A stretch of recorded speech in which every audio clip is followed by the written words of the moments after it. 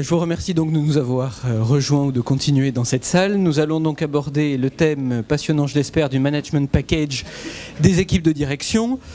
Pour cela, nous avons la première équipe est formée par la banque Aforge Finance, représentée par Patrick Morel et Louis US de Limps. Une petite présentation d'Aforge pour expliquer pourquoi on est en train de sortir une étude dont vous allez avoir la primeur en termes de statistiques sur le package management. On a donc deux grands métiers de fusion-acquisition et l'autre concernant la stratégie patrimoniale. Tout cela appuyé par du conseiller en stratégie qui oriente vers le conseil patrimonial ou les fusions-acquisitions. On fait partie des gens qui sont un bon carrefour. On est à la croisée des chemins entre la rencontre entre le management, entre les fonds acquéreurs, les fonds vendeurs.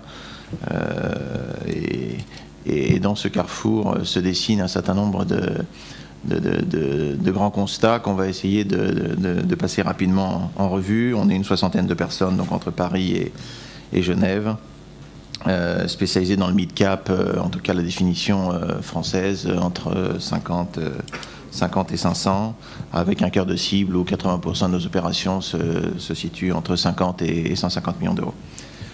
Forte implication internationale, c'est pas le sujet aujourd'hui. Et donc, depuis le début de l'année, pour prendre cet exemple, donc, sur 11 opérations que nous avons réalisées, 7 sont des LBO ou des sorties de LBO, ce qui est un pourcentage effectivement non seulement élevé, mais qui représente sans doute, qui est relativement représentatif aujourd'hui de l'importance et du poids des fonds d'investissement dans les opérations d'acquisition et de cession. 11 opérations, mais ça veut dire pas mal de packages étudiés, puisque, pour prendre un exemple simple, lorsque vous avez un mandat de conseil de cession à la vente, vous avez plusieurs acquéreurs potentiels, puisqu'il y a souvent des open bids, en tout cas de la concurrence, plus ou moins forte, mais de la concurrence, et que les fonds finalistes, je le dis au pluriel, les 3 derniers, parfois les 4 derniers, remettent également, puisque la compétition a lieu aussi sur ce plan-là, des packages. On va en parler des managements. Donc, grosso modo, l'étude qu'on a faite là est représentative d'une cinquantaine de packages depuis un an et demi, sachant que c'est une matière vivante, que l'étude que l'on fait là, on l'aurait fait il y a 3 ans ou il y a 5 ans, ça n'aurait pas donné les mêmes choses, à l'évidence, et que comme c'est une matière vivante, on va essayer, puisqu'on va publier cette étude prochainement, on va essayer de la faire vivre et à partir de maintenant, de continuer tous les ans à voir comment évolue cette matière, parce qu'à l'évidence, elle évoluera dans le temps. Avant de passer à la partie quantitative, un préalable qualitatif sur les mécanismes. Aujourd'hui, en mid-cap, grosso modo, si on reprend la structure habituelle de financement des acquisitions LBO dans les holdings, donc avec évidemment la dette senior, la mezzanine. Vous avez ensuite le découpage de l'equity entre les différents instruments, les OC, comptes courants, en général mis par les financiers, les actions des managers et des financiers, et éventuellement des BSA, en général au bénéfice des managers.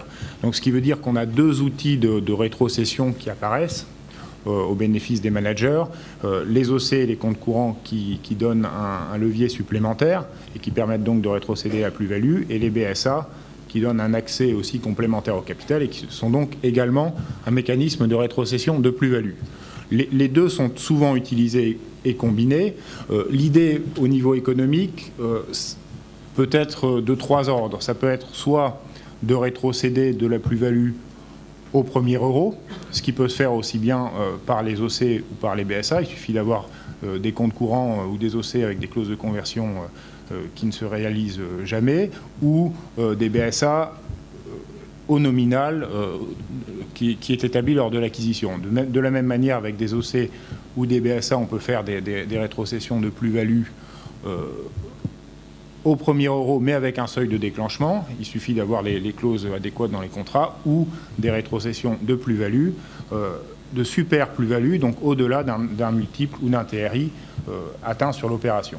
Donc finalement, 2 mécanismes et 3 logiques économiques possibles, avec souvent dans les package management aujourd'hui en mid-market, une combinaison des 2 mécanismes et des 3 et des 3 logiques économiques. Ce qui fait finalement que ça peut être assez compliqué de mesurer le montant exact d'une rétrocession, ou tout du moins son évolution en fonction de la performance de l'opération. C'est l'exercice auquel nous nous sommes livrés pour finalement donner un petit peu des éléments de comparaison quantitatifs à partir de packages qui ne sont pas forcément présentés de la même manière. Alors effectivement, donc, en synthèse, vous l'avez compris, le package du management, c'est finalement tout simplement un effet de levier. Déjà un LBO est par définition, par construction, un effet de levier dû à la jonction d'une dette dans une holding, que ce soit la dette senior ou la mezzanine. Et le package management revient par tout un tas de moyens qu'a classé rapidement Louis, à faire en sorte que le management est un effet de levier encore supérieur et particulier en tout cas par rapport à l'effet de levier de l'opération en général. Alors, les différents constats que l'on peut faire dans les dynamiques de négociation dans lesquelles on se trouve, c'est en résumé les 5 constats suivants. Un, dans ces opérations, encore une fois de mid-cap, le management est complètement critique et sur le succès d'une opération complètement déterminant. On met 1 ou 2 personnes, ça peut être évidemment plus, mais sur le mid-cap, c'est souvent 1, 2 ou 3 personnes qui sont clés, en tout cas pour le fonds d'investissement qui arrive. Le constat numéro 2, qui est important, c'est que dans un processus, dans les différents processus concurrentiels, les dirigeants décident assez souvent dans le choix du repreneur financier, notamment pour les LBO secondaires et les OBO. Les OBO, c'est un actionnaire, pour ceux qui ne connaissent pas ce terme, Owner's Buyout, c'est un actionnaire qui est propriétaire de sa société et qui va faire revenir un fonds d'investissement pour prendre cette majorité, sachant que lui va rester pour une part très significative. Donc que ce soit pour les LBO secondaires ou les OBO, le rapport de force fait qu'il s'oriente quand même beaucoup sur le choix de l'investisseur, ce qui peut créer un certain nombre de difficultés, en tout cas d'amusement, dans une négociation, puisqu'il peut y avoir des échanges plus ou moins vifs entre les intérêts des actionnaires anciens, des actionnaires actuels, du management qui est au milieu, qui va être entre les anciens et le nouveau, et la négociation du package n'est clairement pas neutre. Alors par exemple, on pourrait imaginer je dirais, une négociation entre les actionnaires vendeurs et le management déjà entre eux sur un prix, et puis ce prix étant fixé, derrière aller chercher des nouveaux entrants, des fonds LBO, où la différence se fera essentiellement sur le package. Alors là, comme c'est le sujet, le package, mais je serai repris par mes voisins de droite sans aucun doute, mais on va parler de chiffres, mais même si on adore les chiffres, il n'y a pas que ça. Un package management, c'est aussi une relation avec les fonds, c'est aussi des critères qualitatifs. Mais le package, souvent, aujourd'hui, dans des modèles de LBO qui sont relativement stéréotypés, l'imagination à sa place, mais sur les montages, sur tout un tas de choses, le package fait vraiment assez souvent en mid-cap la différence. Je passe plus rapidement sur les 3 autres constats. C'est un marché de plus en plus mûr. C'est pour ça que je vous ai dit tout à l'heure qu'on n'aurait sans doute pas tiré les mêmes chiffres et les mêmes évolutions il y a 3 ans qu'aujourd'hui. Les dirigeants connaissent de mieux en mieux les mécanismes de rétrocession de LBO. Les dirigeants se connaissent entre eux, s'appellent. Je viens de le voir il y a quelques secondes. Bon, les gens se font des signes. Le 4e constat, grosso modo, c'est que les dirigeants raisonnent quand même plutôt, à juste titre d'ailleurs, sur les valeurs absolues de la rétrocession. Donc combien, entre guillemets, plutôt qu'en part relative et en pourcentage. Ce qu'expliquera Louis tout à l'heure, c'est-à-dire que le montant de l'opération, que ce soit du mid-cap ou du large-cap, là on se rejoint assez, c'est le montant de la rétrocession qui importe plus, parce que c'est une notion finalement de richesse, comme toute notion de ce type, c'est relatif pour chacun, et c'est plus le nombre de millions d'euros qui compte que le pourcentage lui-même. Et enfin, les dirigeants considèrent effectivement, on le constate, il y a un léger décalage qui bien sûr influe les négociations, mais entre la perception de la réussite pour les investisseurs financiers et la perception de la réussite d'un projet pour les managers, il y a quelques pourcents de TRI dans un sens ou dans l'autre. À 15-20%, les industriels et les managers considèrent que c'est déjà pas mal. Et les fonds d'investissement mettent la barre plutôt à 25%. Bon, on en reparlera un peu plus tard derrière. Dernier point, c'est vrai qu'aujourd'hui, les rapports de force sont assez sympathiques vis-à-vis dans le partage de la richesse, on constate clairement que les managers ont un poids assez sympathique aujourd'hui. Encore une fois, les choses peuvent évoluer, elles ont évolué, elles évolueront à nouveau, mais dans le partage de la richesse entre les uns et les autres et les différents intervenants, les managers sont plutôt pas mal traités, ce qui est normal, je vais me faire engueuler. Hein. Donc rapidement maintenant sur l'échantillon, les indicateurs étudiés. L'échantillon, donc on s'est basé, encore une fois, on est sur du mid-cap, valorisation entre 30 et 150 millions d'euros en enterprise value, c'est-à-dire d'être comprise. Les packages proposés, donc c'est soit le vainqueur évidemment, soit les finalistes lorsque c'est applicable. Et on a couvert 3 types d'opérations qui seront quand même 3 produits différents, hein, pour que tout rentre dans cette étude, que ce soit donc le LBO primaire, le secondaire ou l'OBO dont on a parlé. Effectivement, c'est des produits différents. Dans le primaire, finalement, c'est une nouveauté pour le management, même s'il connaît déjà son entreprise, c'est une entreprise un peu nouvelle parce qu'il y a une dette qu'il faut rembourser. Donc vivre avec une dette, c'est des responsabilités supérieures et différentes. Le secondaire, le rapport de force est assez sympathique pour les managers parce qu'ils ont fait leurs preuves, ils ont montré que ça marchait, que l'entreprise pouvait fonctionner de cette façon. Et le management est habitué à fonctionner également sous la contrainte, entre guillemets. Il y a plein de plus, mais il y a aussi la contrainte du LBO. Et l'OBO, c'est encore différent. L'actionnaire est déjà riche, entre guillemets, et donc il va sélectionner davantage les fonds sur ce qu'ils peuvent leur apporter à l'international, sur le projet, enfin la richesse marginale est moins importante. Sur les indicateurs qu'on a étudiés, on l'a étudié donc à travers 2 tableaux sur les rétrocessions en montant et en pourcentage, donc de la plus-value globale, dans 4 cas. Un cas, je vous laisserai apprécier, on a parlé entre 20 et 25, donc entre ce qui est un peu en dessous des attentes et tout à fait dans les attentes, entre 20 et 25. Je suis bien en mid-cap, hein, je précise toujours. Lorsque ça se passe très bien, à 30%, et puis les cas de plein bonheur, après tout, ça arrive de temps en temps, donc il faut bien les mettre. Et on verra l'impact que cela a sur le TRI, la référence sacro-sainte des investisseurs. Donc sur cette slide, vous voyez les deux séries de courbes, le pourcentage de rétrocession, donc on est en pourcentage de rétrocession de la plus-value totale de l'opération, en fonction du TRI pour les 3 catégories d'opérations que sont dans la colonne la plus à gauche, donc les LBO primaires, la colonne du milieu les LBO secondaires et la colonne de droite les OBO. Et sur le graphique de droite, même présentation, mais là on est sur des montants absolus, en valeur absolue de rétrocession.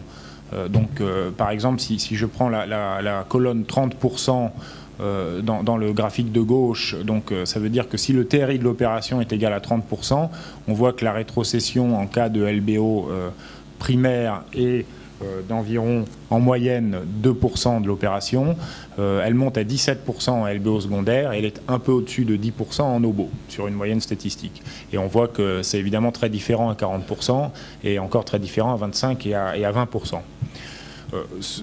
Si on doit tirer quelques grands enseignements sur ces courbes, on voit que la courbe de rétrocession dans le LBO primaire, c'est grosso modo une courbe exponentielle qui part de 0 à 25%. C'est-à-dire qu'à 25% de TRI, il n'y a pas de rétrocession et ensuite c'est exponentiel. Le LBO secondaire, c'est une courbe exponentielle mais qui part dès des niveaux de performance beaucoup plus bas, puisqu'on voit qu'à 20%, on est déjà sur une rétrocession significative en moyenne. Et quant à l'OBO, on est sur une courbe qui est beaucoup plus droite, où finalement la rétrocession change assez peu en fonction du niveau de TRI. C'est d'ailleurs souvent une rétrocession à l'entrée sur des mécanismes de parité différentes ou de compte courant. Donc, en termes économiques, ce que ça veut dire, c'est qu'en LBO primaire, en général, on a la rémunération, donc la rétrocession qui concerne surtout la surperformance de l'entreprise. En OBO, c'est essentiellement une rémunération à l'entrée, qui n'a pas tout à fait la même nature que sur les LBO où les managers ont une mise de fonds moins importante, puisque là on est plutôt sur des mécanismes qui permettent aux managers de garder un pourcentage significatif au capital en ayant par exemple 10% de plus de capital que sa mise pour avoir une minorité de blocage ou se rapprocher de la majorité. Et en LBO secondaire, on voit que la courbe est avantageuse pour les managers, puisque à la fois Elle permet une rétrocession significative pour des niveaux de TRI de l'ordre de 20%, et elle devient franchement extrêmement favorable s'il y a une surperformance. Et ça traduit évidemment le moindre degré de risque du projet pour les investisseurs financiers, qui en fait finalement une structure de rémunération différente pour eux. Alors évidemment, quand on regarde l'impact sur le TRI de l'investisseur, on a la même courbe mais en symétrique par rapport à l'axe des abscisses. Donc finalement, les niveaux de rétrocession évidemment impactent peu le TRI en LBO primaire, jusqu'à des TRI élevés de 40%. En termes de HOBO, on a un impact qui varie entre 2 et 6% suivant les scénarios. Et en cas de LBO secondaire, on a des rétrocessions qui peuvent dépasser les 10% de TRI en cas de vraiment d'explosion de la performance, c'est-à-dire de TRI de 40%. Ce qui donne évidemment une nature de produit, même pour le financier, un peu différente, c'est-à-dire qu'il accepte, au-delà des TRI de 25-30%, de rétrocéder une part qui revient dans les faits pratiquement à caper son propre niveau de TRI. Donc quand Patrick parlait de générosité forte des financiers vis-à-vis des managers en ce moment, c'est tout à fait vérifié par la statistique. Bon, ça vient aussi forcément de la nature différente du LBO secondaire, qui est un produit qui en général passe en enchère et pour lequel le TRI, du fait du prix qui est demandé, et en général le TRI attendu est plutôt autour de 25 et peut difficilement le dépasser, sauf événement vraiment exceptionnel. Donc pour conclure cette première partie, donc un LBO, vous l'avez compris, c'est une relation tripartite à organiser en fait entre les cédants, les managers, l'investisseur financier, et de cette relation sortira, je dirais, les différents éléments concernant notamment ce package du management. Ils ne sont pas toujours faciles à déchiffrer parce qu'on est dans un marché maintenant qui est mûr. Encore une fois, c'est une des façons des fonds d'investissement, c'est pas la seule évidemment, mais c'est une des façons pour les fonds d'investissement de se démarquer par rapport entre eux, en tout cas. Et il y a assez souvent, sincèrement, un écart beaucoup plus important concernant les packages du management, au sens large du terme, que sur la valorisation elle-même de l'actif en question. Et on est pour preuve le nombre de conseils, notamment mes collègues de droite et d'autres qui s'attachent à conseiller le management. On a de plus en plus ce type de mission également. Donc, bon, c'est bien la démonstration que les managers sont au centre, je dirais, des négociations dans les acquisitions aujourd'hui. Le LBO secondaire, on en a parlé, présente un intérêt assez fort pour les managers. C'est la formule la plus intéressante pour eux, et c'est compréhensible. Et puis, pour faire une transition, je dirais qu'effectivement, là, on vous a abreuvé un peu de chiffres, mais c'était pour lancer les choses. Mais le LBO, c'est autre chose que ça, que des chiffres et un package. Le montage lui-même doit être un plus pour l'entreprise. Mais c'est vraiment l'instrument LBO, si on peut l'appeler comme ça, doit être un instrument de création de valeur au service d'une entreprise. Alors ça fait joli à dire, mais c'est vrai quand même, c'est que l'entreprise, la plupart du temps, dans un LBO, devient par essence, par construction, le centre des préoccupations de ses actionnaires, puisque leur objet social, c'est de faire fructifier l'entreprise qu'ils viennent d'acheter, quoi. Donc le management, normalement, en dehors même, encore une fois, des chiffres et des packages, s'y retrouve, et hormis l'aspect dette qu'il faut intégrer, ce doit être véritablement un instrument de création de valeur. Xavier Decelle nous le dira, j'espère, on verra. Oui, je vous remercie. Lorsque j'ai demandé à Xavier Decelle s'il voulait partager avec nous le panel du CEFI et sur le management package, Xavier m'a regardé avec des grands yeux en me disant « mais qu'est-ce que tu veux que je raconte au cours du CEFI sur le management package ?» Alors effectivement, là, je dirais le succès dans les affaires de Xavier n'a d'égal que sa discrétion, donc je le remercie d'avoir accepté cette proposition qui n'est pas un piège, mais qui va nous permettre que Xavier nous fasse partager aujourd'hui une expérience, à mon avis, qui est une expérience inégalée aujourd'hui dans le monde des gros buyouts en France. Alors, je ne vais pas faire parler Xavier, mais quand même, je me suis mis à la place de Xavier aujourd'hui. Je me suis dit, mais qu'est-ce que Xavier pourrait raconter aujourd'hui de son expérience du monde du private equity et donc le sujet du management package. Alors en fait, je me suis rendu compte qu'il pourrait dire énormément de choses parce que aujourd'hui, Picard, donc c'est le cas d'école, je dirais, en réfléchissant au CEFI, je me suis dit que c'est vraiment le cas d'école pour la France en matière de LBO. D'une part l'actif, l'actif brièvement, Xavier en parlera mieux, c'est vraiment l'école d'excellence, la qualité, Picard. Tout le monde dans cette salle doit connaître Picard, et Xavier en parlera donc avec passion. La deuxième chose, c'est que c'est, je pense, le premier gros buyout, ce qu'on appelle les jumbo buyouts. C'est vraiment le premier gros buyout qu'on ait connu en France, qui a avoisiné le milliard d'euros, et ce qui s'est passé au tournant 2000-2001. Et qui a fait, je trouve, passer dans une autre ère, entre guillemets, le monde du private equity en France. Et ce qui fait que beaucoup de professionnels, dont nous faisons partie, nous avocats, mais banquiers, mezzaneurs, conseils banques, ont beaucoup appris et beaucoup capitalisé sur le deal Picard. Et on retrouve aujourd'hui, parfois dans les docs qui circulent, certains précédents qui ont été utilisés il y a 4-5 ans sur Picard, qui reviennent parce qu'en 2000-2001, quand on a réfléchi à comment structurer en particulier certains aspects du management package sur des deals qui avaient quand même une échelle qui était bien supérieure au précédent buyout, il a fallu faire preuve de créativité, d'imagination, tout en ayant quand même un certain souci de respecter les règles du droit et de la fiscalité. Et ce qui fait que ce qui était peut-être un peu difficile à l'époque, avec une pratique plus anglo-saxonne du buyout, où il n'y avait pas certaines contraintes qui étaient afférentes à notre système français. Donc on a beaucoup capitalisé sur le deal Picard. Après, il y a eu, ou simultanément, il y a eu du Materis, le grand. Mais Picard a été vraiment, très tôt sur 2000, a été vraiment un déclencheur sur ces grosses opérations jumbo dont on vous parle, nous, aujourd'hui.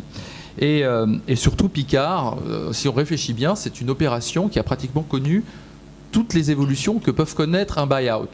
Je ne vais pas parler de Picard qui a été fondé par ta famille, Xavier, acheté par Carrefour, revendu par Carrefour donc en 2000-2001 à des fonds Candover, Astorg, Xavier, mais qui surtout en fait depuis le buyout primaire a connu une introduction en bourse presque, je dirais à quelques mois, qui a été avortée, mais il y a eu un 11 septembre qui est passé entre-temps, mais du coup on s'était mis en lice pour sortir le plus gros buyout à l'époque dans le cas d'une introduction en bourse. Ça s'est pas fait, qui a connu une financial recap au début de l'année, qui est une des grosses étapes, je dirais, qui peut être une des grosses étapes d'un buyout, qui est une financial recap de l'ordre de 600 ou 700 millions d'euros, donc qui a été conséquente, je crois que c'est peut-être la plus grosse ou l'une des plus grosses connues en France, et puis qui connaît aujourd'hui un dénouement sur un buyout secondaire, et je dirais que Xavier est aujourd'hui extrêmement pris, puisqu'on est à quelques jours de la passation entre les fonds du buyout primaire et les fonds du buyout secondaire. Donc c'est vraiment on a tout l'inventaire de ce que peut connaître un actif dans le cadre d'un deal de private equity de son partenariat. Donc Xavier, en fait, il capitalise toute cette expérience-là. Alors j'ai proposé donc à Xavier qu'on se partage les rôles, c'est-à-dire qu'on va le plus succinctement possible, vous parler de quelques principes du management package, puisque c'est l'objet. Puis Xavier va nous parler, lui, avec toute la passion qu'il anime en sa qualité de président de Picard, mais aussi de représentant de ton groupe familial. La famille qui a fondé Picard, de parler un peu de son expérience, le vécu de l'intérieur. Alors pour notre partie, qui est la partie peut-être qui reste un peu plus technique, aujourd'hui quand on parle de management package, finalement nous aujourd'hui ça nous met de moins en moins à l'aise parce que ça ne correspond plus à la réalité. Je crois qu'aujourd'hui on parle d'un investissement financier, du management aux côtés de sponsors ou de fonds. Mais la notion de package, elle tombe un petit peu frais moulu du ciel, quelque chose de packagé. C'est quelque chose sur lequel on n'a pas beaucoup finalement de mérite, ou ça peut laisser penser en tout état de cause que c'est quelque chose qui nous est donné. Bon, Et ça ne traduit plus aujourd'hui l'évolution, du moins des gros buyouts tels qu'on les connaît. Et notre expérience, si vous voulez, sur l'année 2004, c'est quoi? C'est qu'on a eu la chance de faire donc Vivarte, 1,5 milliard d'euros pour le management, qui était un buy-in en quelque sorte.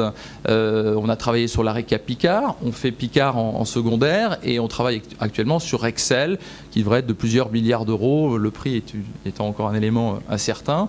Donc aujourd'hui, on a capitalisé cette année, puis sur les autres années, à travers Legrand, Materis ou autres, une expérience sur ces deals qui sont aux alentours d'1 milliard d'euros et au-dessus. Et on s'est rendu compte qu'aujourd'hui, il y a véritablement, et vous aviez tout à l'heure, nos amis d'Aforge avaient commencé à envoyer là-dessus, il y a de plus en plus une dominante qui est l'intervention du management dans la gestion même de ces opérations-là. C'est-à-dire que le manager, il est actif, il est conseillé, et c'est lui qui va aujourd'hui structurer ces opérations-là. Et ce n'est pas Xavier Decelle qui va, si vous voulez, me contredire sur ce point-là, puisque si on regarde bien aujourd'hui ce qu'est Picard 2, donc aujourd'hui l'opération qui doit déboucler, c'est quand même avant tout une relation qui s'est établie avec Xavier Decelle et son top managerat, avec un fonds, en l'occurrence c'est le fonds BC Partners, sur lequel il y a eu un certain nombre de sujets, dont le sujet du management package, mais d'autres sujets qui ont été évoqués très en amont, et ce sont eux qui ont finalement déclenché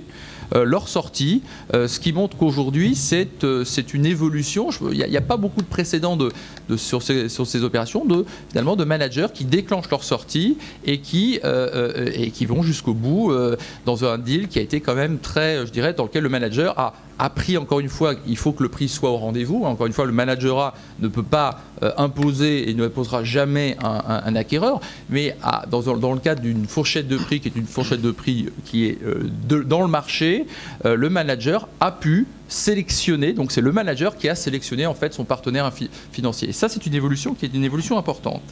Donc aujourd'hui, quand tout à l'heure Xavier Moreno disait, donnait la définition du LBO, et dans la définition du LBO, il y avait le manager est invité à investir aux côtés des fonds. Je dirais que maintenant, aujourd'hui, tel qu'on le perçoit, c'est que le managerat invite les sponsors à investir à ses côtés ou à reprendre l'actif à ses côtés. Et ça va être de plus en plus l'évolution qui est ce rôle acteur et moteur et structurant du management. Et ça, on le retrouve aujourd'hui au niveau même des packages. C'est-à-dire qu'aujourd'hui, le sponsor est invité à ne plus intervenir dans la structuration du package.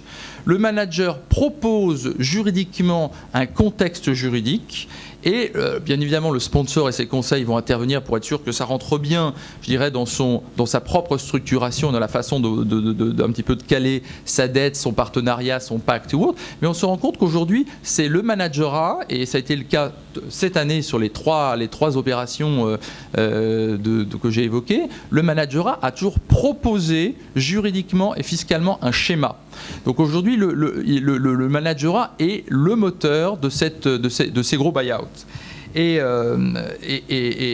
je dirais qu'aujourd'hui, quand on résume en quelque sorte les principales caractéristiques du management package, on verra qu'aujourd'hui, le souci principal du managerat, c'est que les outils qu'il va négocier avec le fonds, ou les fonds, ce soit des outils qui soient des outils, certes, qui lui donnent beaucoup d'incentives, mais c'est des outils qui correspondent au fait qu'il va investir à risque une grosse partie de son patrimoine, et Henri Mandiargue développera là-dessus sur le côté très conséquent de l'investissement des managers, et que la contrepartie de cet investissement extrêmement conséquent, c'est bien évidemment l'upside, c'est-à-dire le partage de la plus-value en sortie, qui lui aussi doit correspondre, je dirais, au risque pris en amont. Henri, je te passe la parole. Merci. Un des points importants dans l'évolution des buyouts est l'évolution du montant investi par les managers dans les opérations de LBO. Ça va nous permettre de rebondir après sur les graphes présentés par Aforge.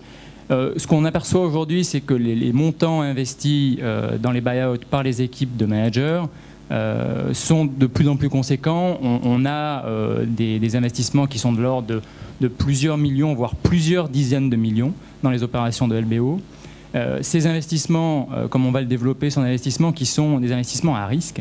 Et ces investissements se décomposent dans des investissements, des instruments de plusieurs catégories, comme Aforge l'a présenté. Ça va nous donner l'occasion de développer un tout petit peu sur les packages du manager. Comme le disait Lionel, l'accent aujourd'hui est mis sur la volonté des managers de structurer eux-mêmes leur management package. Cette structuration, elle doit se faire dans un cadre fiscal complètement intégré. C'est-à-dire que le schéma d'investissement du management doit présenter un risque zéro évidemment pour le management. Et bien évidemment, cette contrainte est une contrainte que le fonds lui aussi partage pour éviter tout risque également en sortie de son investissement. Donc cette structuration, elle passe par la souscription généralement de capital, comme on l'a vu, et d'instruments qui vont permettre au management d'appréhender une part de la performance financière qui a été créée par la société. Et aujourd'hui, l'accent est mis de plus en plus sur la valorisation très poussée, très scientifique de ces instruments de captation de la performance. Alors, les managers, comme le disait à Forge au début de la présentation, sont aujourd'hui entourés de conseils nombreux et variés, dont des conseils financiers, dont l'un des rôles, et non des moindres, est de donner une valorisation scientifique réelle à ces outils de captation de la performance financière du deal, sachant qu'on arrive à voir aujourd'hui que les quotes-parts d'investissement attribués à la valorisation de ces instruments peuvent représenter de très grosses parties des packages. Ce qui veut dire que comme ces instruments sont des instruments qui vont permettre, après que des critères négociés entre les managers et le fonds aient été arrêtés, permettent au management d'augmenter en sortie sa quote-part de capital en fonction d'une certaine performance, on a des outils, une grosse quote-part d'investissement qui est mise à risque dans l'opération par le management. Et un des points que l'on voudrait fortement marteler dans cette courte présentation est que cet investissement managérial, il est en fait beaucoup plus à risque que l'investissement du sponsor, que l'investissement de l'investisseur financier, puisque, encore une fois, cette grosse partie d'investissement qui est faite sur le patrimoine des managers est un investissement qui, pour la plupart, peut être à risque, alors même que le deal ne serait pas un mauvais deal, mais que les critères qui ont été définis d'un commun accord entre les managers et les investisseurs ne soient pas forcément au rendez-vous. Donc on a un investissement managérial qui est plus à risque. Les fonds bénéficient généralement, comme on l'a vu dans la présentation, de shareholders loan qui leur permettent de jouer un rôle d'amortisseur de leurs risques. Généralement, les managers soit ne sont pas invités à souscrire à ces instruments, soit ne peuvent pas les souscrire compte tenu du montant qu'ils doivent investir. Et donc le constat que l'on fait aujourd'hui, un des messages importants qu'on voulait véhiculer, c'est que cet investissement managérial, il est très fortement à risque. Et on rebondit donc sur les commentaires d'Aforge, qui nous montraient des exemples d'excellents packages obtenus par des équipes managériales. Et c'est ça, évidemment, la rémunération du risque que le managerat prend en investissant tous ces instruments. C'est qu'en cas de forte performance supérieure à ce qui était fixé par les critères, on a une rémunération accordée au management, enfin un partage de la performance qui est substantiel. Donc c'est cet aspect-là que l'on voulait accentuer. On a effectivement des bons packages, comme le montrait Aforge. On peut, sur le marché, il y a actuellement effectivement des packages qui sont bien valorisés. Donc effectivement, là, il y a un point important qui est la valorisation de ces instruments. Je vais passer la parole à Xavier pour plus de détails. Bonjour. Effectivement, je me demande bien ce que je fais à cette table, parce que le package, j'en connais un, bien sûr, c'est le mien. Et puis, je ne vous dirai rien sur mon package et vous l'imaginez. Voilà un peu la philosophie Picard, c'est de croire dans ses clients et c'est la confiance. Alors, je ne suis pas tout à fait un manager. Je veux dire, je me cache derrière la peau d'un manager, mais je ne suis absolument pas un manager, puisque cette affaire a été créée par mon père, et je suis d'abord un homme, donc un actionnaire, avant d'être un manager. Alors pourquoi je dis ça? C'est que j'ai vécu 3 expériences. L'expérience familiale, c'est-à-dire le risque à 100%, vous ne voyez pas votre investissement pendant 20 ans, et au bout de 20 ans, ça sort. On ne pensait pas faire de l'argent au bout de 20 ans, on pensait simplement diriger l'entreprise. Chez Carrefour, pourquoi nous avons vendu? Parce que lorsqu'on est passionné par l'entreprise, il faut donner l'entreprise à un actionnaire unique, extrêmement fort, qui a du poids sur le management et qui imposera le concept. Ce qui a été le cas de Carrefour, la famille de Sel s'est dessaisie donc d'une grande partie de son capital pour protéger, pas le capital, mais pour protéger Picard. C'est vrai qu'étant parisien, je vivais autour de mes magasins et ça m'aurait agacé de voir des combats d'actionnaires mettant en péril cette entreprise. Lorsque Carrefour a souhaité, après des diversifications diverses et variées, vendre Picard, bien évidemment, j'ai connu le monde financier. Alors, le problème aujourd'hui d'une société comme Picard, c'est absolument qu'il faut trouver ce fameux cercle des croyants. Les croyants qui? Les croyants Picard. Et c'est qui ces gens-là? Ce sont les futurs managers. Il y a 20 ans, c'était la famille de Sel. C'était mon père, mes frères, mes sœurs, un certain nombre de personnes qui n'ont jamais douté de rien pendant 20 ans et qui n'ont jamais vendu un titre pendant 20 ans. Aujourd'hui, la famille de Sel reste toujours sur le deal, ne vendra pas ses titres et quel que soit le prix. Pourquoi je vous dis tout ça? Parce qu'à chaque fois qu'il y a une vente sur Picard, et vous savez que je ne parle jamais, ce qui m'intéresse c'est de parler de mes magasins et pas de parler, je dirais, de Picard et de la famille de Sel. Ce qui est important de comprendre, c'est qu'une entreprise, elle a besoin de 2 choses. D'un actionnaire extrêmement fort, et les fonds sont très pros. C'est rare de voir un manager faire la pub des fonds, mais c'est vraiment le cas. Lors d'un LBO, vous découvrez des gens qui sont capables de faire plein de choses, qui sont capables d'avoir de l'autorité, de monter un montage, de prendre des risques avec vous. Et ça, c'est assez important, c'est génial pour nous. Et je les ai rencontrés sur le premier LBO, et je les ai rencontrés sur le deuxième LBO. Mais quand on a l'actionnaire, le problème, c'est qu'il manque toujours quelque chose. Il manque le manager. Alors, il est obligatoire de donner des packages au management si vous voulez revendre cette affaire. Pourquoi? Parce que le management, il réinvestit en permanence dans sa société. On ne peut pas dire, et il faut arrêter de dire que les managers vont se retrouver plein d'or. C'est pas vrai. Vous savez très bien que les hommes passionnés qui sont à la tête de ces entreprises réinvestissent successivement leurs actions dans l'entreprise qui est en train de grandir. Donc avant de réussir à liquidifier un patrimoine en actions sur une affaire comme Picard ou sur toutes les affaires qui ont été donc citées jusqu'à présent, c'est bien sûr le travail d'une bonne partie d'une vie de managers et d'actionnaires. Donc ça, c'était pour dire un petit peu le débat. Pour planter un peu le débat, j'ai quand même cette double casquette et je peux le constater aujourd'hui, les managers Picard qui ont investi sur le premier deal, ce sont des vrais investisseurs sur le deuxième LBO, sur le troisième et sur le futur. Ils ne lâcheront pas les titres Picard au profit d'un petit peu de monnaie parce qu'ils savent qu'ils sont sur un paquebot qui marche très bien avec un concept formidable. Qu'est-ce qui fait le concept? C'est le management. Ce n'est pas l'actionnaire. Et qu'est-ce qui a confiance dans le concept? C'est bien sûr le management. Simplement, nous avons besoin du soutien des actionnaires dans les périodes difficiles pour qu'on ne gesticule pas en modifiant la stratégie en permanence parce qu'il se peut qu'il y ait un nuage dans l'air ou parce que, par exemple, aujourd'hui, pour moi, il y a le hard discount qui monte et alors c'est un concours de circonstances, le hard discount aujourd'hui, et il y a l'hypermarché qui baisse. Ça ne changera rien dans la stratégie d'un président que je suis.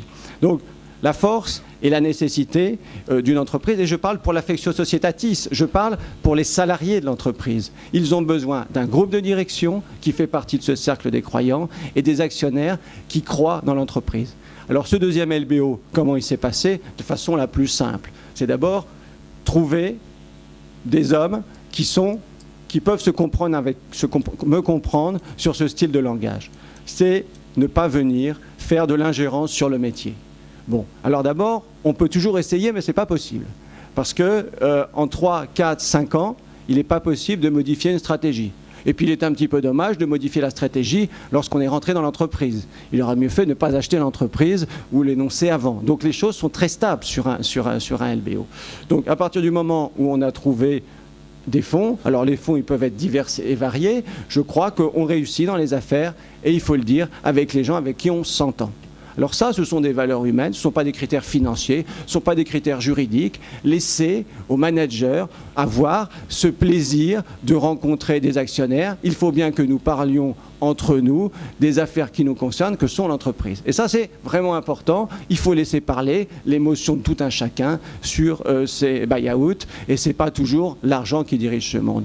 Sur le LBO Picard, on a confié à des spécialistes, effectivement, la gestion du package. Je dirais entre guillemets, ça ne nous intéresse pas. Le problème de Picard Surgelé aujourd'hui, c'est de servir ses clients, c'est d'être dans les magasins pour voir ce qui se passe, et c'est de délivrer un business plan. Ce business plan, tout le monde le connaît, parce que comment on sait qu'il va y avoir un deuxième LBO? Lionel l'a dit, on fait un IPO, ça ne marche pas, on fait une récap, ça ne marche pas, on sait que les fonds vont relever à nouveau un fonds dans 2-3 ans, on sait que nous avons 5 ans d'âge, etc., etc. C'est du rôle du président de prendre les choses en main. On ne peut pas perdre 6 mois dans une année pour vendre l'entreprise. C'est pas vrai. On ne peut pas se mettre sur une tribune et ou s'amuser avec des banques d'affaires, des conseils ou mes avocats pour vendre Picard. Je ne suis pas un camelot sur le BHV, devant le BHV, en train de vendre Picard. Donc la sérénité et l'avantage des deals et des conseils aujourd'hui, c'est que le deuxième LBO se passe très bien parce que le prix, et Lionel a raison et j'insiste dessus, ça a été sur toutes les transactions, je n'interviens pas sur le prix. Le prix est un jeu normal au niveau des actionnaires et on doit payer le prix maximum de sortie possible. À la limite près que je suis responsable des grands équilibres. On ne rachète pas une affaire si on ne peut pas délivrer un business plan, si on ne peut pas rembourser une dette. Bon. Et il n'y a pas d'upside possible dans un deuxième LBO. A priori, cette affaire est gérée depuis 20 ans correctement. Elle a été gérée sous Carrefour. Elle a été gérée sous le premier LBO correctement. Elle le sera sous le deuxième. C'est bien la croissance qui, aujourd'hui, permet le LBO. Et la croissance, ça intéresse d'abord les salariés de l'entreprise. La croissance sur ce LBO a permis chez Picard d'augmenter très fortement la participation, d'augmenter l'intéressement. Donc c'est vraiment un jeu collectif, il faut que chacun soit à sa place et le patron, il est dans ses magasins chez Picard, il n'est pas chez Lionel Scotto à discuter de je ne sais quoi parce qu'il a en charge de faire aboutir le dossier. Donc c'est chacun chez soi parce que très rapidement, quand les lumières s'éteignent et qu'on se retrouve dans son bureau, les belles réunions à 18 personnes, on s'aperçoit qu'on a passé beaucoup de temps perdu. Donc aujourd'hui, la force du LBO Picard, c'est, je crois que j'ai dû travailler du 1er au 15 août, et après, je ne m'en suis pas occupé. Donc c'est ça. Et on va faire un superbe mois de Noël, grâce à vous, j'espère. Vous en parlez autour de vous. Ça nous arrangerait beaucoup, surtout sur les 120 premiers jours. J'ai entendu, Xavier a dit ça. Donc n'hésitez pas à acheter des produits Picard. Ils sont meilleurs que l'année dernière et les prix toujours raisonnables par rapport au plaisir que vous en aurez. Merci.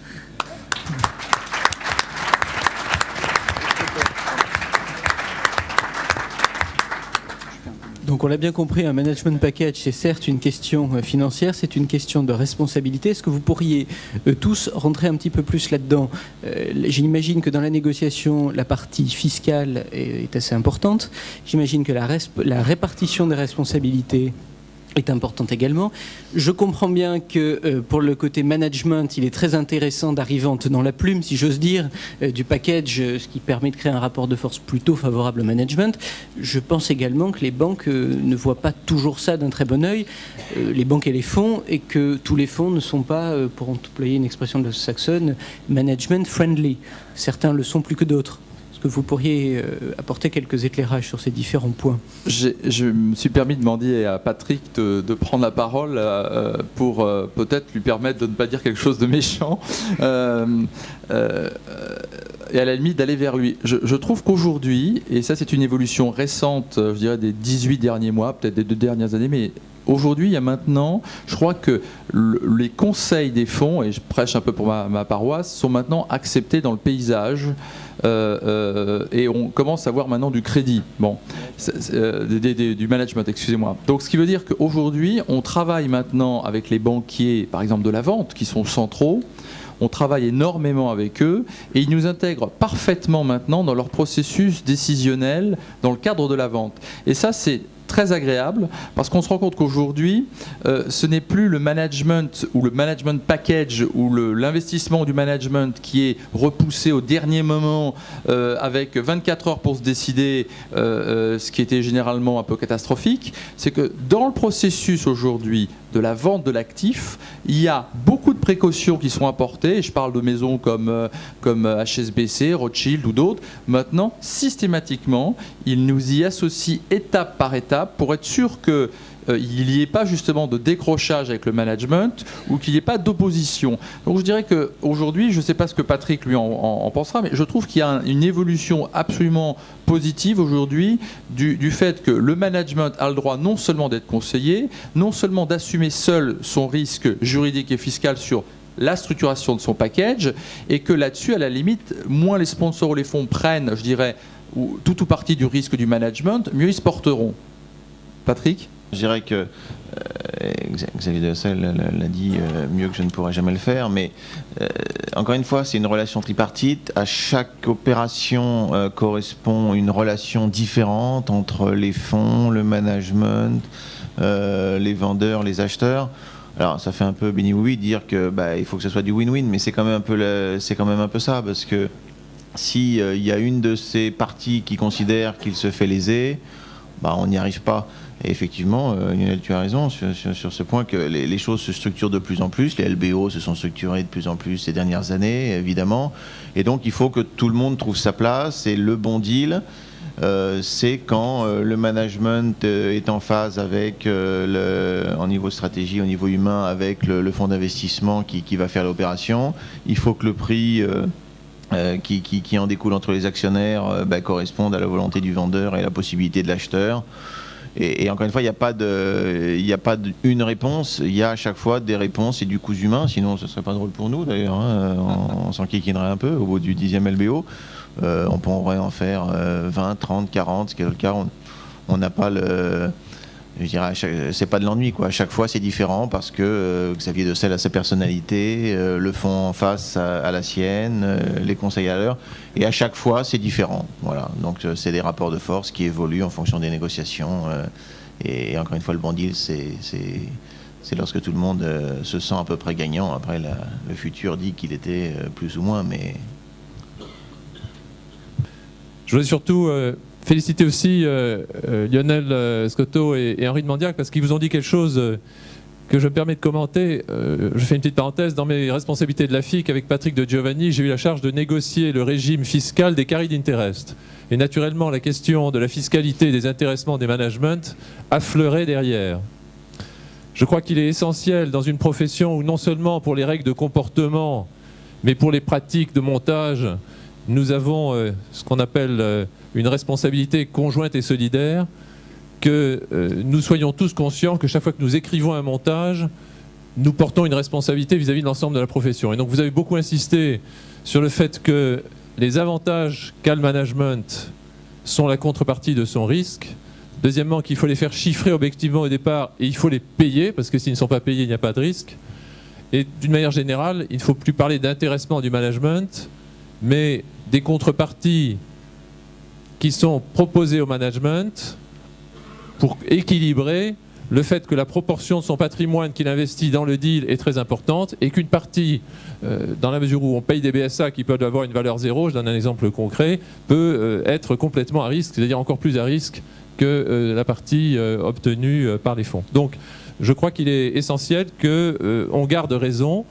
De même est-il essentiel que dans ce rapport de force que vous avez tout à fait signalé et auquel je souscris, c'est-à-dire qu'en effet aujourd'hui ce sont les managements qui choisissent les fonds beaucoup plus que les fonds qui choisissent les managements, que les managers n'aillent pas trop loin non plus. De même qu'un manager qui voit arriver un fonds avec un prix astronomique peut avoir des doutes sur l'efficacité du fonds qui a proposé ce prix dans la gestion future, ou du moins sur la compatibilité entre la stratégie que va suivre ce fonds et celle proposée par le management. De même, pour un fonds, voir une équipe de management dont le seul critère de choix est fondé sur la taille de son management package, d'une certaine manière, ça met aussi une sonnette d'alarme chez les fonds. Et donc, sachons raison garder. Et je crois qu'il y aura du coup beaucoup de deals à l'avance. Pardon, ce n'est pas une question, c'était un commentaire.